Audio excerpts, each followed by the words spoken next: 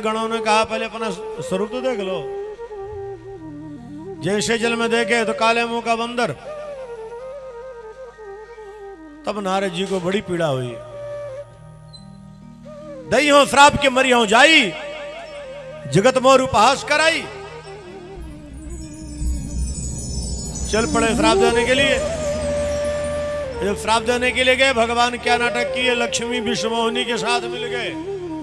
अब आग जल रही थी, घी और डाल दिया। भगवान मुस्कुराते मिले। जब मुस्कुराते मिले तब नारद जी के मुख से निकल गया, तुमने हमारी छीनी है तो तुम्हारी भी। अब बताओ क्या विश्वमोहिनी उनकी थी? नहीं थी। फिर भी क्या भाषा।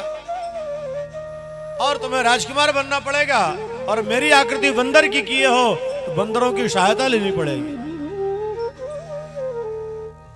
जब नारद जी जितना बोल सकते थे बोल लिए। अच्छा, मजे की बात, नारद जी ने एक बहुत अच्छी बात बोली यहाँ त्रिपाठी जी। भगवान से कहते परम स्वतंत्र न सिर पर कोई। तो भगवान स्वतंत्र है कि भक्त स्वतंत्र है? बोलो, परीक्षा नहीं ले रहा हूं। स्वतंत्र कौन है, भक्त की भगवान? नहीं, दोनों है। देखो, स्वतंत्र है भक्त। यहां जीव की बात नहीं हो रही, भक्त और भगवान की बात हो रही। जीव की अवस्था और भक्त की अवस्था अलग अलग है। भक्त है स्वतंत्र और परमात्मा है परतंत्र। परतंत्र वो होता है जिसके सिर पर भार होता है। नारद जी जो श्राप की गठरी दे रहे हैं, किसके सिर पर जा रही है? नारायण धारण कर रहे हैं कि नहीं कर रहे हैं? तो जिसके सिर पर भार हो वो स्वतंत्र कैसे होगा महाराज? नारद जी, हम चूंकि नारद जी साहब कामावेश में, और कामावेश क्रोधावेश में जब व्यक्ति होता है, क्या बोलता है उसको शब्द का ज्ञान नहीं रहता। लेकिन कई बार छोटा बालक जो उपद्रवी हो जाए, क्रोध में आकर के माता पिता को कुछ बोले भी, तो माता पिता जानते जब उसकी आदत को, तो मुस्कुरा करके शांति से सह लेते हैं। और जब उसका क्रोध शांत होता तो फिर वही बालक जाके पिता का पैर दबाना शुरू कर देता है। वही गति नारद की है। भगवान मुस्कुराए, अरे नारद क्या कह रहे हो? स्वतंत्र तो आपको मैं कर रखा हूं, परतंत्र तो मैं हूं। आपकी सारी समस्या मैं ले लिया, सारा भार आपका मैं ले लिया। तो जो समस्या से ग्रसित हो जाए वो स्वतंत्र नहीं है, जो समस्या से मुक्त हो वो स्वतंत्र है। उसी समय कहते हैं, बाबा ने क्या लिखा, तब हरि माया धूरन वारी। तब हरि माया धूरन वारी। तब हरि माया धूरन वारी।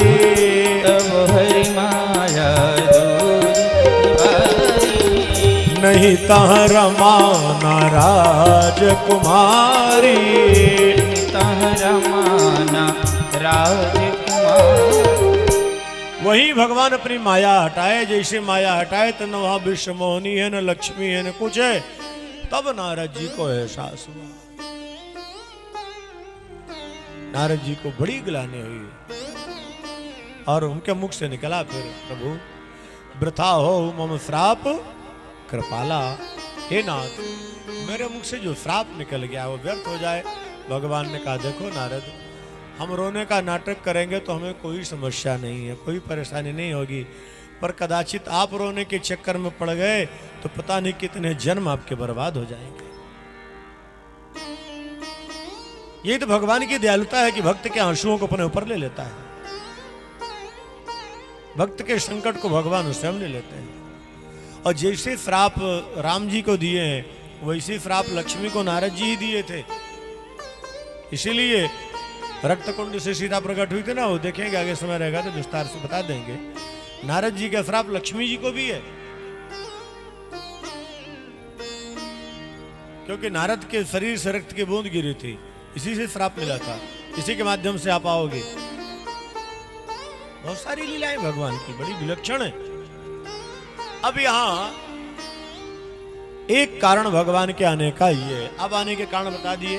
अब आइए सीधे 6 बज चुके हैं, राम जी के प्राकट्य की ओर चलें। राम जी के प्राकट्य का